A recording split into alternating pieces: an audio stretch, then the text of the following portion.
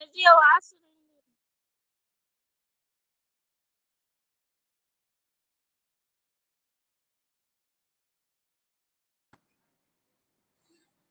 हाँ, आवाज बंद हो गया था। हाँ, अभी आवाज आया ना? जी जी सर। सर।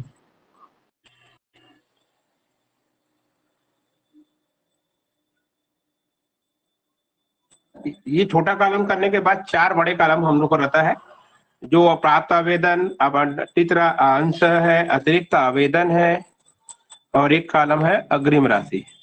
और यहाँ पर हमको समायोजन करना रहता है।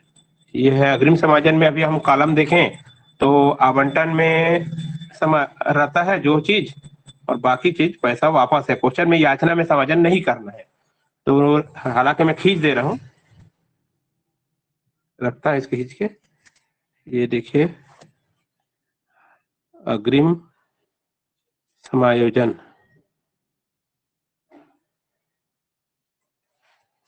ये हो गया प्रकार, प्राप्त आवेदन,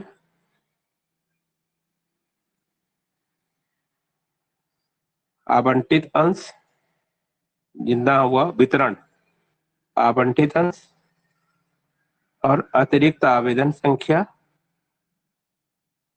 अतिरिक्त आवेदन संख्या, फिर हो जाएगा अग्रिम राशि। अग्रिम राशि रुपीस, ये सब भी रुपीस है। ये क्या था? आवंटन में समायोजन। आवंटन में याचना में नहीं करना है, लेकिन फिर भी मैं कॉलम खींच रहा हूँ, मैंने कॉलम में लिख लिया हूँ। लेकिन आपको पता होना चाहिए कि इसमें कोई समायोजन करना ही नहीं है ना, क्योंकि क्वेश्चन में बोला है कि जो पैसा होगा वो आवंटन में समायोजन होगा और या वापस होगा, इसलिए मैंने पहले ही क्रॉस कर दिया। हमको याचना के लिए पैसा रोकना नहीं है। आवंटन में जितना समायोजन कर सकते हैं उतना कर लेना, और बाकी पैसा को वापस कर देना। यहाँ तक क्लियर हो गया? सबको समझ में आ गया है यहाँ तक? आवेदन कितना है वो लिख लीजिए पहले तो। आवेदन कितना है? 2 रुपए। आवंटन, आवंटन कितना था? 4.5 है, तो 4.5 माने 2 + 2.5, ये है ना। और याचना, याचना है 6, ये है ना। जी सर। क्लियर है सबको? चलिए स्टार्ट करें। जी सर। पहला वाला हम लोग का है 20,000 आवेदन आया है। 20,000 आवेदन है, जिनको शेयर अलॉट हुआ है कितना? 10,000। ठीक है, ओके करते जाइए आप लोग भी। एक जन बढ़ते जाइए, एक जन जुड़ के ओके करते जाना, समझ में जो आ रहा है। जहां समझ में नहीं जी आएगा सर। आप लोग रोकेंगे। तो ये जो 20,000 आवेदन पर हमने कितना शेयर दिया? 10,000। तो कितना 10,000। एक्स्ट्रा आवेदन हमारे पास रह गया? अतिरिक्त आवेदन, मतलब जिनको शेयर नहीं मिला, तो वो हो गया 10,000। 20 में से 10 घटाएंगे तो 10 आएगा। ये अब इनकी राशि कितना होगा? इनकी राशि, अग्रिम राशि कितना हो जाएगा? 2 रुपए आवेदन के हिसाब से कितना अग्रिम आएगा? जब अतिरिक्त जी। आवेदन की संख्या 10,000 है, जिसमें से 2 रुपए आवेदन आया है, मैंने उसकी राशि कितना हुआ? 10 दूनी 20। 20,000। हो गया यहाँ तक? पहला लाइन ये, आगे हम बाद में देखेंगे। ये पहला आपको जी। सभी को क्लियर है? देख लीजिएगा, समझ में आता जाना चाहिए। बी, बी में क्या है? 56,000 आवेदन है। 56 में कितना मिला है? 14,000 शेयर मिला है। 14,000। तो कितना हो गया? कितना एक्स्ट्रा आवेदन रह गया? 42,000। 42,000। 56 में से 14 दिए, तो बाकी जो 42,000 नहीं दिए। 42,000 की राशि कितना होता है? 2 रुपए के हिसाब से 42 दूनी 84,000 हमारे पास अमाउंट पड़ा है। सबको क्लियर है? जी सर। ये भी लाइन क्लियर हुआ? जी। सी, जी सर। समझते जाओ। यही टेबल में आपका मेन है ये सवाल के लिए। 56,000 के बाद नेक्स्ट है 48,000। क्वेश्चन में जो भेजा हुआ आप लोग को, वो उसमें 4800 लिखा हुआ है, लेकिन मैं आप लोग को बोला था जब उतारोगे तो उसको 48,000 उतार लेना। ये है 48,000। इसमें कितना शेयर मिला है? 16,000। 16,000। तो कितना शेयर इनको नहीं मिला? 48 में से 16 मिला, मतलब कितना इनको शेयर नहीं मिल पाया? 16 नहीं, 32,000। 32,000। 32,000। इनकी राशि कितना होगा, 32 दूनी 64,000 रुपये हमारे पास अग्रिम पड़ा है। ये हो गया। अब इसका हम चाहे तो योग कर सकते हैं, यहाँ पर इनका योग देखेंगे तो आ जाएगा 0 0 0 6 8 14 का 4 हासिल है, 1 3 5 8 8 4 12, 1,24,000 कुल आवेदन प्राप्त हुए हैं, जिसमें से शेयर कितना अलॉट हुआ देख लीजिए, 14 और 16 कितना होता है, 30 और 10 40,000, 40,000 हमने शेयर जारी किया। अब आप क्वेश्चन में भी देख लीजिए, कुल मिला के अब कितना शेयर जारी करना था वो आ गया है क्वेश्चन में, बैलेंसिंग करने की जरूरत ही नहीं पड़ा। मैंने क्वेश्चन में लिखा है कि 40,000 हमने अंश जारी किए, तो ये 40,000 ही तो आ रहा है। अगर हम ए को देखें, बी को देखें, सी को देखें, तो इन तीनों का योग जो है वो 40,000 है। 40,000 ज्यादा हो नहीं सकता, कम हो सकता है, ज्यादा नहीं हो सकता। अब है अतिरिक्त आवेदन की संख्या, इसको भी जोड़ लगा लीजिए, हालांकि इसका कोई रोल नहीं है। ये हो गया 5 और 3 8, इसकी राशि जोड़ लीजिए, फिर भी इसका भी काम नहीं है आगे। 4 4 8 और 2 10 और 16, 1,68,000। यहां तक किसी को कुछ पूछना है? मैं स्टेप बाय स्टेप बार बार पूछ रहा हूँ, पूछना है पूछो, नहीं पूछना है आगे बढ़ूंगा। लेकिन क्या है कि आप लोग बोलेंगे बाद में ये कहां से आया, बोलेंगे तो दिक्कत हो जाएगा। ये कॉलम समझ में आ गया आपको यहाँ तक? जी सर जी सर।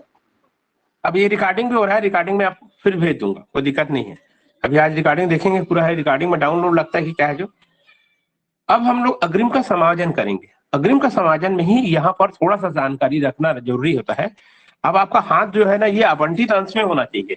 ये और ये सब हमारा कॉलम खत्म हो जाएगा, इसका रोल नहीं है ना। ये दोनों कॉलम को आपको ध्यान में नहीं देना है। आप अपना हाथ इसमें रखिए और ये सोचिए कि 10,000 जो शेयर मिला, जिनको शेयर मिला उनकी अग्रिम राशि कितनी है। कितनी अग्रिम राशि है? 20,000। माने जिनको शेयर मिला है 10,000, उनका अग्रिम राशि पड़ा है कंपनी में 20,000। अब वो बोलेंगे अपना राशि आवंटन में समायोजन करा लेंगे, और यदि वो ज्यादा पैसा होगा तो वापस ले लेंगे वो लोग। तो बात आता है कि हम लोग अब उनकी लैंग्वेज से बात करने के बजाय हम कंपनी की तरफ से बात करें। कंपनी ये बोलता है कि 10,000 शेयर होल्डरों का 20,000 अग्रिम राशि है, जिनका हम लोग को आवंटन में पैसा कितना लेना है, उनको कुल मिला के 4.5 लेना है। तो 4.5 रुपए के हिसाब से कितना होता है, अगर 10,000 अंशों में 4.5 रुपए अगर सब कॉल करेंगे हम लोग, जब उनको कॉल करेंगे आवंटन का, तो कितना कॉल होगा? 10,000 गुड़ी 4.5 माने 45,000 कॉल होगा। उनसे हमको लेना है 45,000। अब हमारे पास उनका अग्रिम कितना पड़ा है? 20,000। आप क्या 20,000 में से कुछ वापस करोगे कि कुछ आवंटन में डालोगे? कितना कितना आवंटन में डालोगे, कितना वापस करोगे बताइए? 20,000 में से कितना आवंटन में डाल दें और कितना वापस कर दें?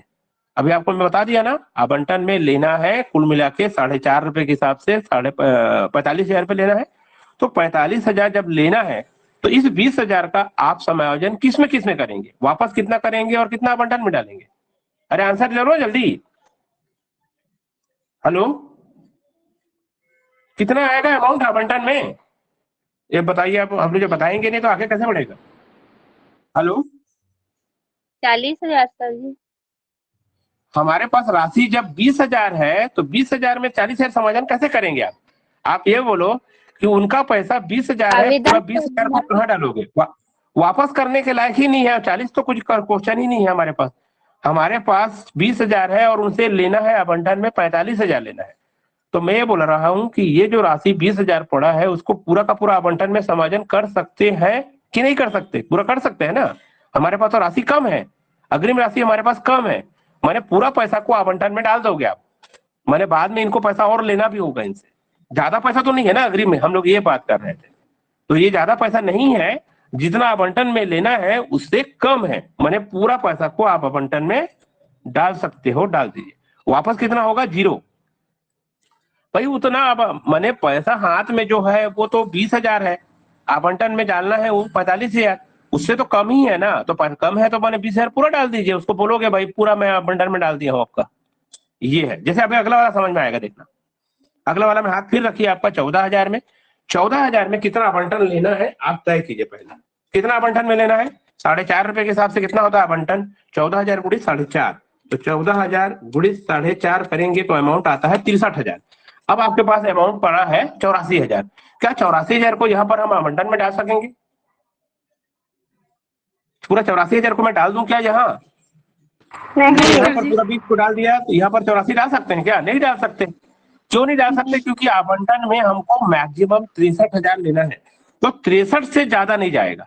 63 से कम हो सकता है, लेकिन 63 से ज्यादा यहाँ पर नहीं जाएगा, क्योंकि अमाउंट का जो कैलकुलेशन आ रहा है वो आ रहा है 63,000। तो 63,000 को मैंने यहां डाल दिया 84 में से, और बाकी पैसा हमको वापस करना पड़ेगा। तो बाकी 84,000 में से 63,000 रुपये काट कर आप बाकी पैसा वापस कर दीजिए उसको, बोलिए चलो भाई वापस ले लीजिए। जैसे याचना में भी समाधान कर सकते थे, लेकिन चूंकि क्वेश्चन में बोला है कि आवंटन में पैसा समायोजन करने के बाद जो पैसा बचेगा उसको वापस करना है, बोला है याचना में नहीं डालना है। चूंकि क्वेश्चन हमको मना कर रहा है, इसलिए हम उसको वापस कर रहे हैं। अगर मना नहीं करता तो हम लोग बाकी पैसा को याचना में डाल देते हैं। समझ में आया कि नहीं? ये है उसका लॉजिक। तो अब कितना पैसा बच गया बताइए मेरे को। ये बच गया 21,000। 21,000 रुपए। 21,000 को मैंने वापस कर दिया। जैसे पहला वाला लाइन में क्या आया था कि 20,000 जो आया था ना, वो अमाउंट जो है ना आवेदन अग्रिम राशि, वो लेना जितना है उससे कम है, इसलिए हम पूरा का पूरा डाल दिए। लेकिन इस क्वेश्चन में जितना लेना है उससे ज्यादा है, ये वाला, ये बात हो रहा है। तो मेरा हाथ अभी भी देखो वहां से उठ नहीं रहा है, मैं वहीं पर रखा हूं, इसीलिए क्योंकि यही कॉलम का हम लोग को गुणा कर करके देखना है। जस्ट नेक्स्ट देखिए 16,000। हमारे पास 16,000 रुपए का 16,000 शेयर उनको अलॉट हुआ है।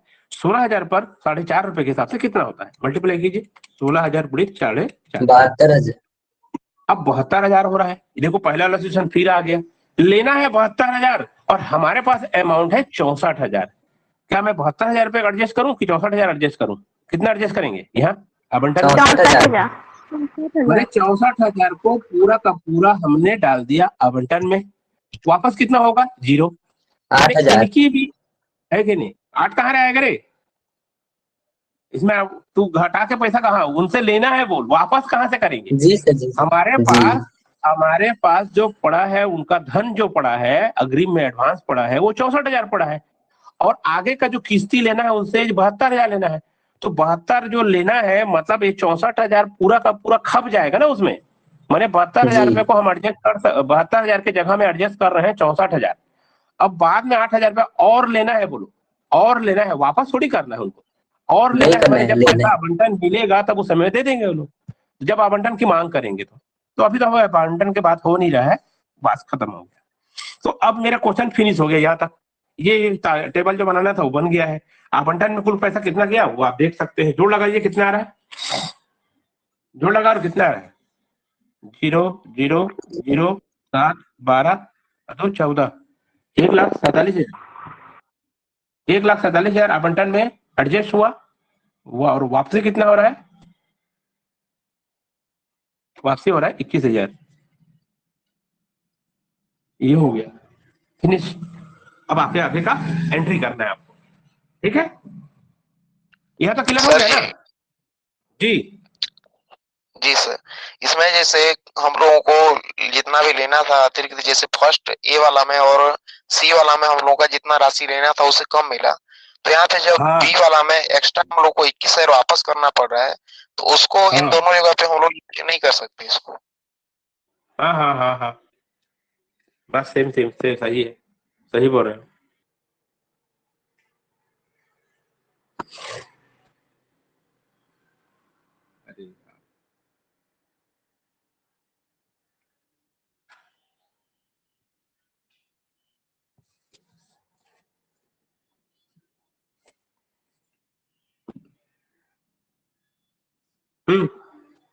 यस,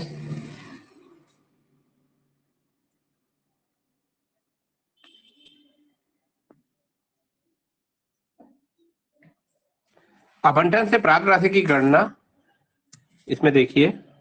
आवाज आ रहा है ना? जी सर। जी सर। यहाँ पर मांग कितना है वो देख लीजिए। सबसे पहले लिखेंगे मांग।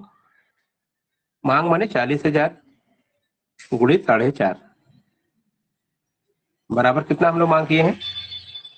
1,80,000। इसी जैसे दिखाना ना, यहाँ पर गणना दिखा के लास्ट में इधर लास्ट में लिख लीजिए 1,80,000 रुपया।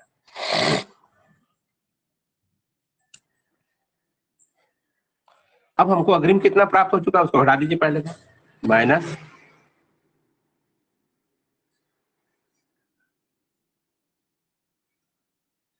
अग्रिम। अग्रिम प्राप्त हो चुका है, अग्रिम प्राप्त हो चुका है। अग्रिम प्राप्त हो चुका है कितना, 1,47,000। घटाने के बाद आएगा 33,000। ये पैसा हम लोग को डायरेक्ट लिख देना चाहिए, है ना। लेकिन कुणाल एक ऐसा व्यक्ति है जो कि क्या किया है, उसको लिखें, कुणाल राशि देने में असमर्थ रहा, राशि देने में असमर्थ रहा। अब कुणाल के ऊपर मांग कितना था उसको लिखिए। मांग कितना से यार इसके पास, 1,000 अंश है। 4.5 रुपए के हिसाब से कितना मांग होता है इसके ऊपर में, 4,500। इसको यहाँ लिखिए, इधर घटाने वाला कालम में नहीं। हम अभी एक वर्कआउट कर रहे हैं, ये देख रहे हैं कि कुणाल अगर पैसा देता तो कितना देता। उसके पास शेयर है 1,000, आवंटन राशि 4.5 रुपए के हिसाब से 4,500 रुपए होता है, जो कि 4,500 नहीं दिया। हम अगर लिख के घटा देते हैं तो गलत क्या होगा, इसलिए गलत होगा क्योंकि कुणाल एक ऐसा व्यक्ति है जो एडवांस वो भी आवंटन का तो दे चुका होगा ना, क्योंकि ये कुणाल कौन सा कैटेगरी का आदमी है, ए कैटेगरी का आदमी है। ए कैटेगरी में आवंटन आया था, अग्रिम आया था, देख लीजिए 20,000। मतलब ए कैटेगरी में हमारे पास आवंटन का एडवांस आ चुका है। कितना एडवांस आ चुका है, 20,000 रुपए एडवांस आ चुका है। तो इसमें ये भी तो एडवांस दिया होगा, माने कुणाल भी तो एडवांस दिया होगा। तो 10,000 अंशों पर कितना एडवांस आ चुका है, 20,000 रुपए एडवांस आया है। तो 10,000 पर अगर 20,000 है तो ये जो 1,000 अंश है इसमें तो एडवांस दिया होगा ना। तो हम लोग अनुपातिक लगा लो, कितना दिया होगा दिमाग लगाने की जरूरत नहीं है। आपका ये बताइए 10,000 अंशों पर 20,000 रुपए का एडवांस, मैंने देखा जाए तो 2-2 रुपए एडवांस दिख रहा है। तो 10,000 पर 20,000, इसलिए पर कितना एडवांस कितना होगा, ऐसे डायरेक्टली देख रहे हैं तो हम लोग गणना करेंगे तो भी आ जाएगा समझ में। 10,000 पर 20,000 एडवांस, इसलिए 1,000 पर कितना एडवांस आया होगा, 2,000 रुपए एडवांस आया होगा। 4,500 के पीछे में वो 2,000 रुपया दे चुका है, बाकी 2,500 रुपया है, वही पैसा वो नहीं दे पाया, उसको घटाएंगे ना। हमको घटाना कौन सा है, उस चीज को घटाना है जो एक्चुअल में नहीं मिला। तो कुणाल अगर देता भी तो 4.5 थोड़ी देता, वो तो 4.5 में से तो 2 दे चुका है ना, माने वो ऑलरेडी वो 2,000 रुपया दे दिया है। तो उसको आप पहले घटाइए और जो राशि आएगा फिर उसको लिखेंगे कि ये पैसा नहीं मिला।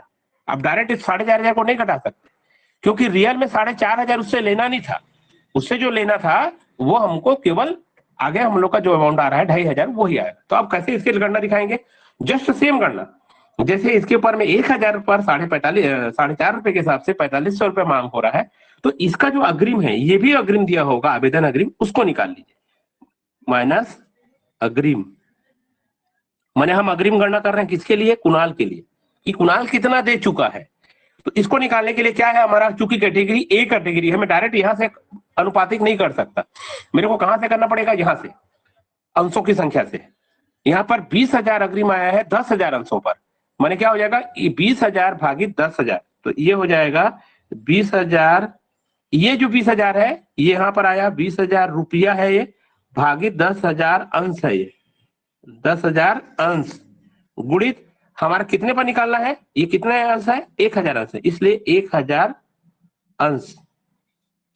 ये 20,000 रुपया, ये 20,000 रुपया हुआ, 20,000 भागी 10,000 गुणित 1,000 करेंगे तो हम लोग का राशि यहाँ पर निकल जाएगा 2,000। अब यह घटाने के बाद आएगा पैसा हमारे पास 2,500 रुपया। ये 2,500 जो होगा यही पैसा हमको अप्राप्त रहा, इसको लिख देते हैं अप्राप्त, अप्राप्त राशि। यही अप्राप्त राशि इसमें घटेगा 33,000 में, ये हो जाएगा 2500, घटा दीजिए इसमें, घटाने के बाद कितना आ जाएगा 30,500। 30,500 रुपये हमारा कैलकुलेशन में आवंटन का आएगा। ये हो गया फिनिश। अब आपको किसी को अभी भी समझ में नहीं आ रहा होगा तो आप लोग पूछ सकते हैं। चलिए अब पूछिए, आप लोग को जिसको पूछना है पूछ लीजिए, नहीं तो फिर मैं इसको रिकॉर्डिंग को बंद